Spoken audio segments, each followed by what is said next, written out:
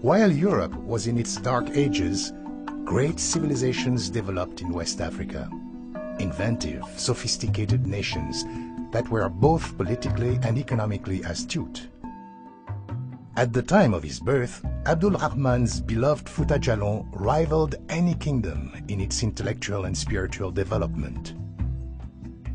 The Fulbeys, they love learning. They take pride in intellectual prowess. The early Fulbey settlements lay along major trade routes in the lush highlands of what is now Guinea, more than 4,000 feet above the headwaters of the Niger, Gambia, and Senegal rivers. This fertile region attracted travelers from across Africa, who in turn left their mark on the local people.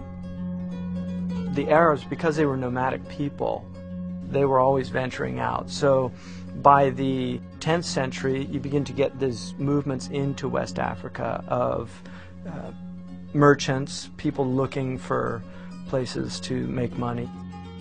Wherever Islam went, it's always had this attraction to local people. For a time, Islamic culture flourished peaceably alongside indigenous beliefs. What would account for such a rapid spread of Islam in West Africa is that these were tribal communities. So if one person became Muslim, oftentimes if it was the tribal chieftain, for instance, the whole tribe would become Muslim. The devout, who came in the late 17th and early 18th century, were more organized and committed to bringing non-believers into the community of the faithful. Those who resisted, mostly animists, were increasingly unwelcomed in Foutah Djallon, and many migrated away.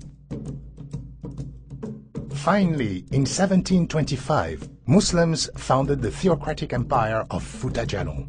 It would rise to be one of the great kingdoms of West Africa, like Djenné and Timbuktu, under an elected sovereign and 8 almami who governed its 9 provinces. Timbo became its political capital for the next 170 years. Nous sommes arrivés à Timbo par une rue. We arrived at Timbo and entered the city on a banana trees-lined avenue. The rain surprised us at the very moment when the inhabitants were gathered at the mosques. Gaspard Théodore Molien, 1818. Timbo was at the foot of a mountain. It was a village of perhaps 5,000 or 6,000 people. The houses were mud wall, conical, with sloping roofs. Almost every house had a courtyard, and usually the courtyards were surrounded with hedges so that people walking the streets and cul-de-sacs could mind their own business when they went by. Les hommes sont beaux, forts. They are handsome men, strong and brave. They are intelligent. They are mysterious and prudent. Antoine Golbery, West Africa, 1787. The Fulbey of Foutah Djallon placed great emphasis on a couple of things. One was a great care of their hands. The other was their hair, which they wore long in braids, often down onto their shoulders. So that was their status symbol. And it's like a 3-piece suit or a bow tie, today in America. For an official ceremony. That was their dress code. Les gens sont riches. Toutes les femmes ont... The inhabitants are wealthy. All the women have silver jewelry, large golden earrings, and they wear togas in blue tie-dye. All signs of luxury among Africans. Gaspard Théodore Molien, West Africa, 1818. Beyond wealth and attractiveness lay Foutah Djallon's most precious asset. This was a nation deeply rooted in spiritual and intellectual pursuits. This was a theocentric or theocratic society. Power rested with Allah. The chief, the temporal chief, was just an instrument of God. And I think that Islam amongst the Fulbey was very important in giving them a very unique identity and reinforcing certain aspects of their personality as a proud people, even amongst other West African Muslim tribes.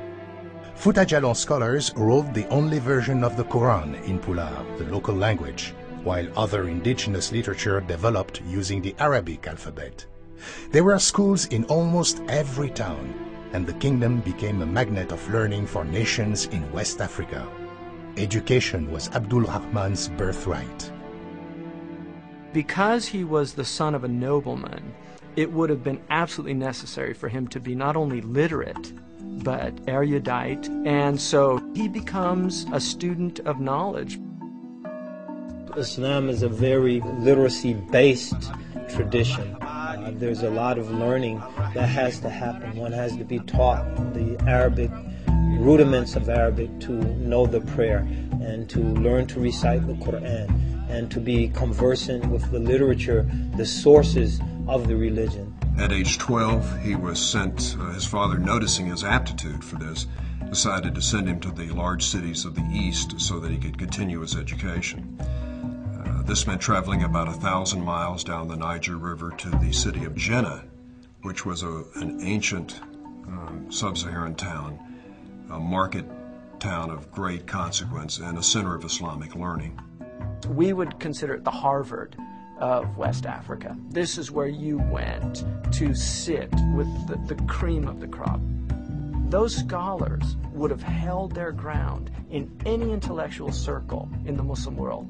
Abdurrahman was a contemporary of Thierno Muhammadu Samba Mombeya, who is the Shakespeare of Foutah Djalon.